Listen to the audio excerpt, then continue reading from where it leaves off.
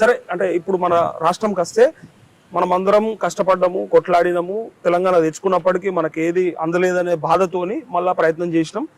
ఒక ప్రభుత్వాన్ని గద్దెదించడం, ఇంకో ప్రభుత్వాన్ని ఎక్కించినాం.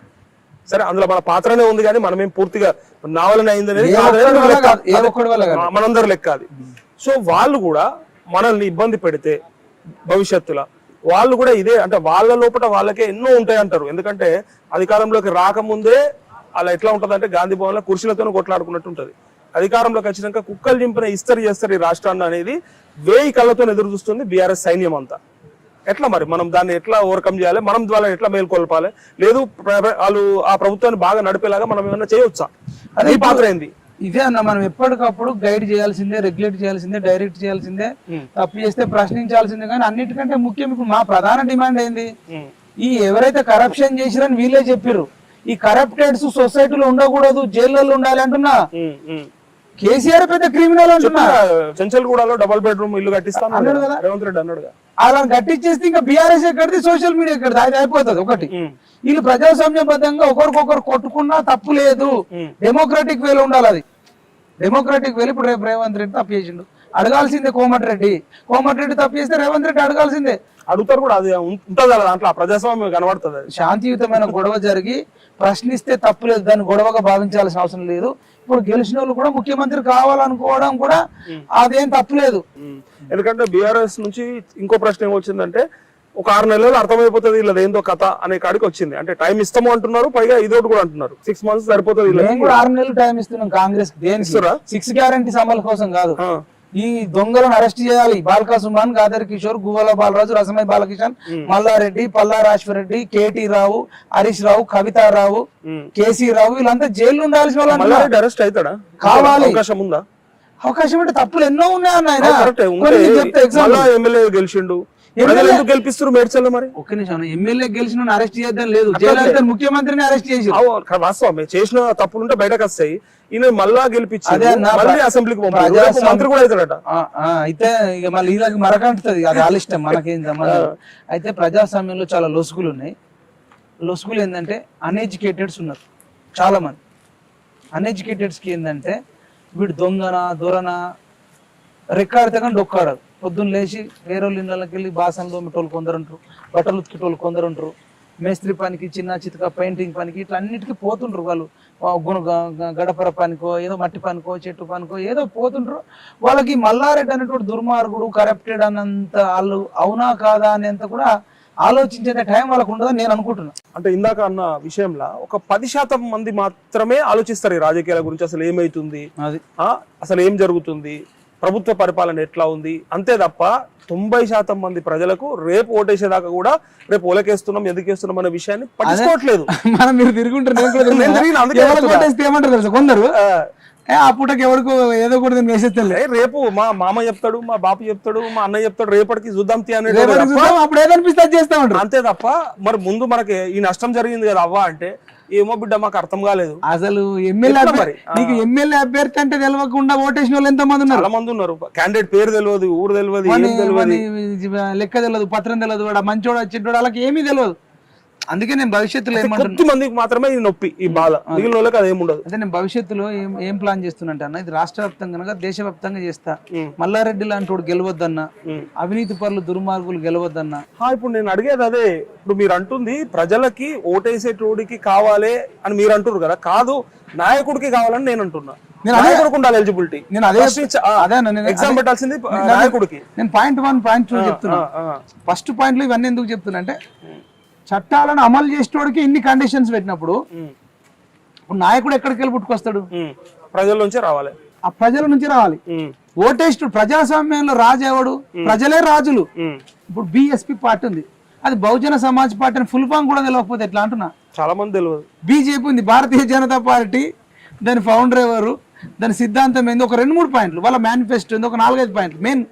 ఇప్పుడు కాంగ్రెస్ పార్టీ ఉంది, 6 గ్యారంటీస్, ఆ మేనిఫెస్టో ఏంది. ఎగ్జామ్ పెడితే కాంగ్రెస్ 6 గ్యారంటీస్ ఏంది, వాటికి బడ్జెట్ ఎంత అవుతుంది, ఏపీసీలు కూడా వీళ్ళు కూడా ఎంతో కొంత నేర్చుకోండి. వయోజన విద్య అని ఉంది, 18 ఏళ్ళు దాటిన వాళ్ళకి అప్పట్లో కుండ పలక పట్టుకొని పోయేది. నీకు ఓటు వేయాలని ఉంటే 5 ఏళ్ళ పిల్లగాడు, 4 ఏళ్ళ పిల్లగాడు, 3 ఏళ్ళ పాప ABCD ఇవన్నీ నేర్చుకున్నప్పుడు 60 ఏళ్ళు 50 ఏళ్ళు 70 ఏళ్ళు 80 ఏళ్ళు కూడా రాపిద్దాం, ఏమవుతుంది? ఒకవేళ రాయమన్నారు అనుకో, రాయకండి, ఓటక్కు అవసరం లేదు. చిన్న నాలెడ్జ్ అంటున్నా, మినిమం నాలెడ్జ్. అంటే రాజ్యాంగబద్ధంగా సంక్రమించిన హక్కు ఉంది, అదే అంటున్నా. హక్కుని మనం ఎట్లా సవరిస్తాం అనేది రాజ్యాంగం రాసేటప్పుడు రాజ్యాంగ పరిషత్ సభ్యులు చెప్పారు, కాలానుగుణంగా మీరు ఏమైనా చిన్న చితక మార్పులు ఉంటే, చిన్నవి కదా ఏమైనా సమూలమైన మార్పు, ఇది చిన్న మార్పు కాదు, ఇది సరే ఏదైనా కాదు, ఇవి మార్పులు చేసుకోవాలన్నారు అన్న. మార్పులు చేసుకో, మనం ఏది చేసినా మన అందరి భవిష్యత్తు కోసమే కదా. ఇప్పుడు మనం ఒక 80 ఏళ్ళ ఆమెకు, తల్లికో, ఒక ముసలాయనకో ఓటకు అద్దంటామంటే వాళ్ళ మీద ద్వేషంతోనో కోపంతోనో అన్నట్లే. ఈవెన్ వాళ్ళ మనమడు వాళ్ళ మనమరాలు మంచిగా బతకాలి అన్న కొంత జ్ఞానం ఉన్న వాళ్ళ చేతిలో ఉంటేనే మంచి వాళ్ళని సెలెక్ట్ చేసుకుంటాం కదా అంటున్నా నేను. డిగ్రీలు పెట్టమంటలే, ఈవెన్ 10th కూడా పెట్టమంటలే, 5వ తరగతి కూడా అనట్లే, అట్లీస్ట్ 1వ తరగతి చేస్తే కనుక చాలా పెద్ద ఒక ఎడ్యుకేషన్ లాగా పెట్టి ఎంతో కొంత క్రైటీరియా. ఎందుకంటే రాజ్యాంగం రాసేటప్పుడే ఈ హక్కు గురించి మాట్లాడిరు, చాలా వచ్చినాయి కూడా అప్పుడు చర్చలు. అందుకే గతంలో 18 ఏళ్ళకి లేదు, 21 సంవత్సరాలకి ఉన్నట్టుండే. అన్న ఇప్పుడు ఏజ్ ముఖ్యమా, జ్ఞానం ముఖ్యమా, అవగాహన ముఖ్యమా? నాకు కరెక్ట్ చెప్పండి. అవును, అట్లాంటప్పుడు నేనేం అడుగుతున్నా, నెక్స్ట్ ఇదే ప్రశ్న, ఇక్కడ నుంచి ఇంత పెద్ద అంటే ఈ సంఖ్యకు పెట్టే బదులు డైరెక్ట్ గా కొద్ది మంది నాయకులకు పరీక్ష పెడితే వాడు పాస్ అయితే వాడే నాయకుడు. నాయకుడికి పెట్టాలని మీ ఆలోచన గొప్పది, నేను అదే చెప్పబోతున్నా. నాయకుడికి కూడా ఉండాలి ఎగ్జామ్, కానీ at the same time voter కూడా ఉండాలంటున్నా. దీనివల్ల ఇంకా ఫిల్టర్ అవుతుంది. ఇప్పుడు నేను ఎగ్జామ్ రాసి పాస్ అవుతాన్నా, నేను దుర్మార్గున్నా అనుకో, ఎందుకంటున్నా అంటే అన్న, ఇయ్యాల బీఆర్ఎస్ లో కానీ, బీజేపీలో కానీ, కాంగ్రెస్ లో కానీ చాలా దాంట్లో నాలెడ్జ్ ఉన్నోడు కూడా ఉన్నాడు, వాడు ఎగ్జామ్ పెడితే రాసి పాస్ అయ్యేటోడు కూడా ఉన్నాడు, కానీ వాడికి మానవత్వం లేదు. క్రిమినల్స్ కూడా ఉన్నారు కదా. ఇప్పుడు కేసీఆర్ 80,000 పుస్తకాలు చదివినన్నాడు, చాలా బ్రిలియంట్ స్టూడెంట్, రేపు ఎగ్జామ్ పెడితే ఆయన పాస్ అవుతాడు, కానీ పాస్ అయ్యి ఆయనకున్న తెలివిని క్రిమినల్ కు ఉపయోగిస్తున్నట్టున్నా. ఈవెన్ కవిత కూడా పాస్ అవుతుంది ఎంతో చిన్న ఎగ్జామ్ పెడితే, ఆమె కూడా క్రిమినల్ 20 లక్షల వాచ్ పెట్టుకుంటుంది. హరీష్ రావు అంతా క్రిమినల్, ఇక భూమి మీద ఎవడు ఉండడు, ఆయన కూడా ఎగ్జామ్ పాస్ అవుతాడు. అన్న కూడా కాపీ కొట్టే రకాలు మల్లారెడ్డి లాంటి వాడు, అందులో కూడా కాపీ కొడతాడు. నేను ఏమంటున్నా అంటే అన్న, 50-70% చదువుకున్న వాళ్ళు ఉన్నారు ఇంట్లో కూడా, కానీ వాళ్ళకి మానవత్వం లేదు, మనస్సు లేదు, ఇంకా మోసం చేస్తారు. ఇప్పుడు మల్లారెడ్డి అల్లుడు గెలిచిండన్న, వాళ్ళు ఎంత దుర్మార్గులు అంటే, నాకు జాబులు ఉన్న వాళ్ళు ఇంజనీరింగ్ కాలేజీలో చేస్తూ చెప్తారు, లెక్చరర్లు ఉంటారు, కొన్ని వేల మంది పని చేస్తారు, 40,000 జీతం అని చెప్పేసి లెక్కలలో రాస్తారు, అకౌంట్లో రాస్తారు, ఈయన అకౌంట్కు 40,000 కొట్టేస్తారు. మళ్ళీ సాయంత్రం కాగానే ఆయన ఏటీఎంకి పోవాలి, 20,000 డ్రా చేసి మళ్ళీ ఇలా చేతికి ఇచ్చి రావాలి. లెక్కలలోనేమో 40,000 జీతం ఇచ్చినట్టు, మళ్ళీ నేను వెళ్ళి ఏటీఎంకి వెళ్ళి 20,000 వాళ్ళకి ఇచ్చేయాలి. అంటే నేను ఇచ్చేది 20,000 కానీ 40,000 అని చెప్తున్నాడు. అట్లాంటి వాళ్ళు నాకు ఫోన్ చేశారు, నేనేం అబద్ధం చెప్తలే, బట్టగాల్సి మీద పడేస్తలే, ఇది జరుగుతుంది. అంటే వాడికి అన్ని తెలిసి మోసం చేస్తున్నా అంటున్నా. నీకు చదువుకుంటే కొంత అవగాహన ఉన్నోడికి ఏమైతుంది అంటే, వాడు డబ్బులు పంచినా, నాకు ఈమన్నా 1,00,000 ఇచ్చినా తీసుకుంటా, కానీ నాకు నచ్చినోడికి ఒకటేస్తా, లేదంటే మంచి వ్యక్తి ఎవడు ఆలోచించేస్తా. ఎవడు దుర్మార్గుడు ఎవడు మంచోడు అనేది పర్లేదు, కానీ మళ్ళీ అక్కడ కూడా ఎంత ఎక్కువ డబ్బులు ఇస్తే వాళ్ళకి అందుకే అంటున్నా, అవగాహన ఉన్నదనుకో, ఓటర్ కొంత అవగాహన ఉండి వీడు దుర్మార్గుడు అనే ఫీలింగ్ ఉంటే, అవి మన డబ్బులే కదరా తీసుకుందాం, కానీ వీడిని ఓడిద్దాం, చెడ్డోడు అయితే ఓడిద్దాం అనే ఫీలింగ్ ఎక్కువ చదువుకున్న వాళ్ళ దాంట్లో ఉంటుంది అంటున్నా. అదే అన్ఎడ్యుకేటెడ్ కనుకో, వీడు 10,000 ఇచ్చిండు, ఇవ్వకపోతే నేను ఏమైనా మోసం చేస్తున్నానేమో, మోసం చేస్తున్నా ఫీలింగ్ తో, లేకపోతే వీడు 10,000 ఇచ్చిండు, ఆడు 10,000 ఇచ్చిండు, వీడికి ఒక్కొట్టేద్దాం, ఆడికి ఒక్కొట్టేద్దాం, ఈ రకమైనది ఎక్కువ అన్ఎడ్యుకేటెడ్ లో ఉంటుంది అంటున్నా.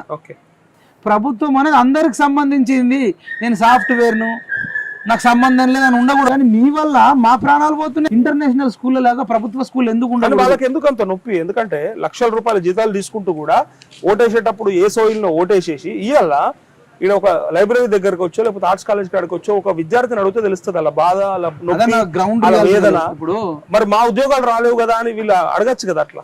మరి ఎందుకు వాళ్ళు మాత్రము కేటీఆర్ ఉంటేనే బాగుండేది అని అనుకోవడం? వాళ్ళు సగం నాలెడ్జ్. ఇంతకు ముందు నేను రాకముందు పిల్లలు కూడా వచ్చారు కొందరు, ఈ హైదరాబాద్ పిల్లలు, ఇంటర్మీడియట్ పిల్లలు.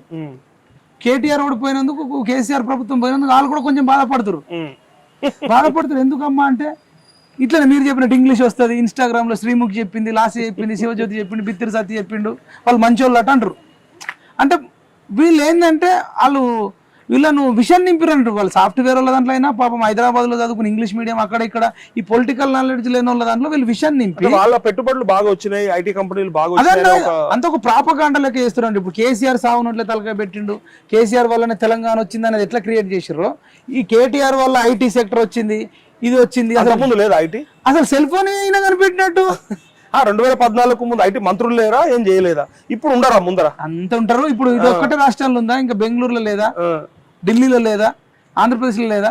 అంటే కూడా ఇందాక వస్తుంటే ఇంకో యువకుడు ఏమన్నాడంటే అలా వైఫ్ అన్నదట, నువ్వు నన్ను కాకపోతే ఎవరైనా చేసుకుంటుంటే నేనే ఎవరు చేసుకుంటా అంటే సేమ్ ఇదే ఆడ కూడా అదే అన్నాడు, నువ్వు కాకపోతే నీ అని అన్నాడట. సో ఇది కూడా అంతే, కేటీఆర్ కాకపోతే ఇంకొకళ్ళు వస్తారు. సేమ్ కేటీఆర్ కూడా హిట్లర్ కంటే డేంజరస్ క్యాండిడేట్ అంటున్నా, కేసీఆర్ కూడా హిట్లర్ కంటే డేంజరస్ క్యాండిడేట్. వాళ్ళు తెలివైన వాళ్ళు కాదంట్లే, తెలివైన క్రిమినల్స్ అంటున్నా నేను. ఓకే, ఇప్పుడు నయం కూడా క్రిమినలే.